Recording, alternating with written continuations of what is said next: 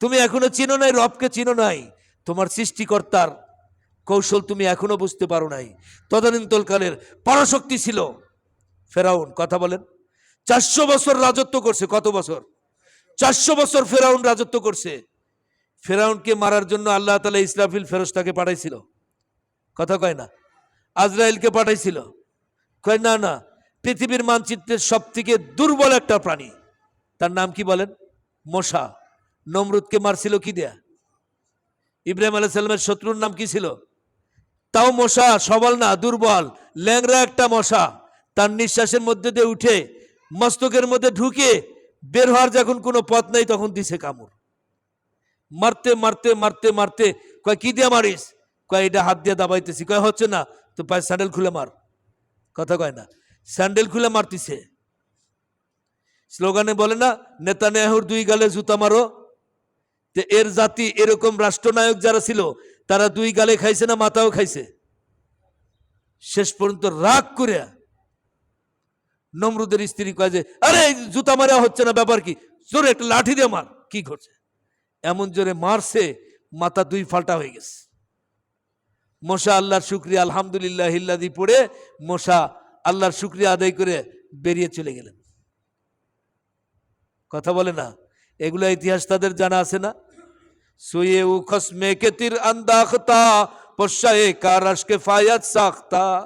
আল্লাহকে মারার জন্য নমরুদ অপশক্তি কায়েম করেছিল, পৃথিবীর মানচিত্রের থেকে তীর মারছিল আল্লাহকে মারার জন্য। নাউজুবিল্লাহ বলে। আল্লাহ রাব্বুল আলামিন একটা মাখলুক, তার নাম ফিশ, মাছ। মাছ তাজাও খাওয়া যায়, মরাও খাওয়া যায়। কথা বলেন। আগে তাজা মাছ খাওয়া যেত, মরা মাছ খেয়ে যেত না। তো আল্লাহ তাআলা একটা মাছকে এই নমরুদের তীরের মধ্যে লাগাই দিয়ে জমিনে পাঠায় দিলেন। আর অসভ্য নমরুদটা কি কইছিল? এইটা, এই পয়গম্বর ইব্রাহিম তোর খোদাকে মেরে দিছি। খোদাকে মারতে পারছে? কথা কয় না।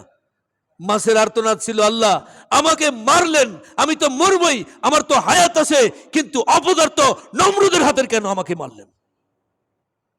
অপশক্তি যতই থাক, আপনি কালিমা তৈয়বা পড়েন, লা ইলাহা। রক্ষা করার মালিক কে?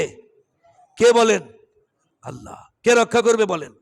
1 সেকেন্ড আগেও নিতে পারবে না, 1 সেকেন্ড পরেও নিতে পারবে না। হায়াতের মালিক কে? মৌতের মালিক কে? সবকিছুর মালিক কে? আরে ভাই কথা বলে না, সবকিছুর মালিক কে? সেই আল্লাহকে ভুলে কেমনে থাকলেন? আজকের সবক এখানে শেষ। আল্লাহ কি বললেন? মা গর্রাকা বিরব্বিকাল কারীম।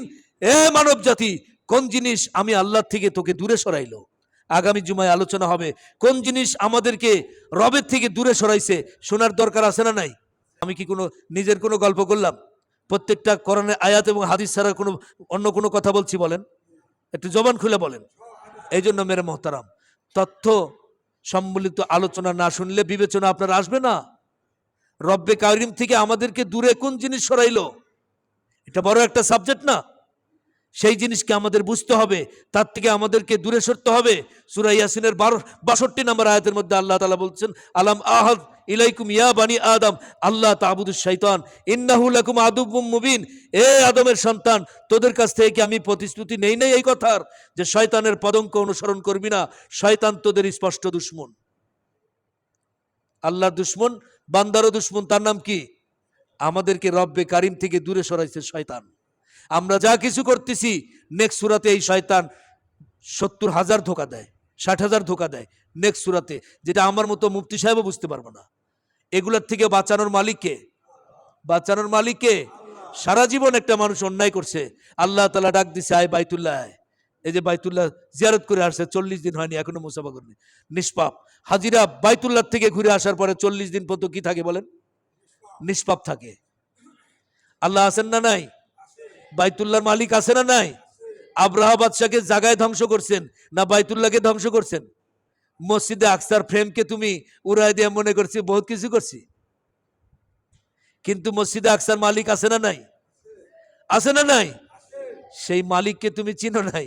একটু সেদিনকার একটু আভাস বুঝতে পারছাও যে কোন জায়গার থেকে 10টা মারছে আর কোন জায়গায় আসা পড়ছে? তুমি তো সারা পৃথিবী কিনে নিয়ে ঠিকাদারি করতেছ। সর্বশেষ একটা কথা বলে যাই, আমাদের একটা ইয়া আছে, কি বলে, সাবজেক্ট আছে, ওটার নাম হলো মান্তিক।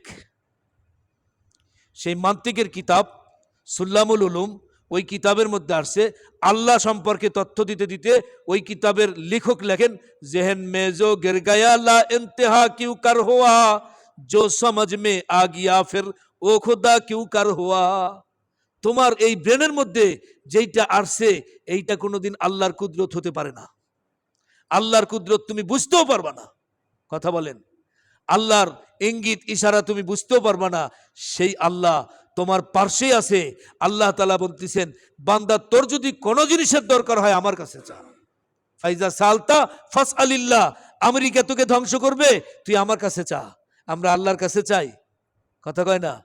দূরে সরে গেছি কেন? আমরা অস্ত্রের ঝংকার দেখতেছি, কোন দেশে বেশি আছে তাকে ভোট দিব? না মেরে মহতারাম, রক্ষা করার মালিককে, সেই রক্ষা করবে। আল্লাহ তাআলা আমাদের সকলকে বলা এবং শোনার চেয়ে বেশি আমল করার তৌফিক দান করেন। সুবহানাক।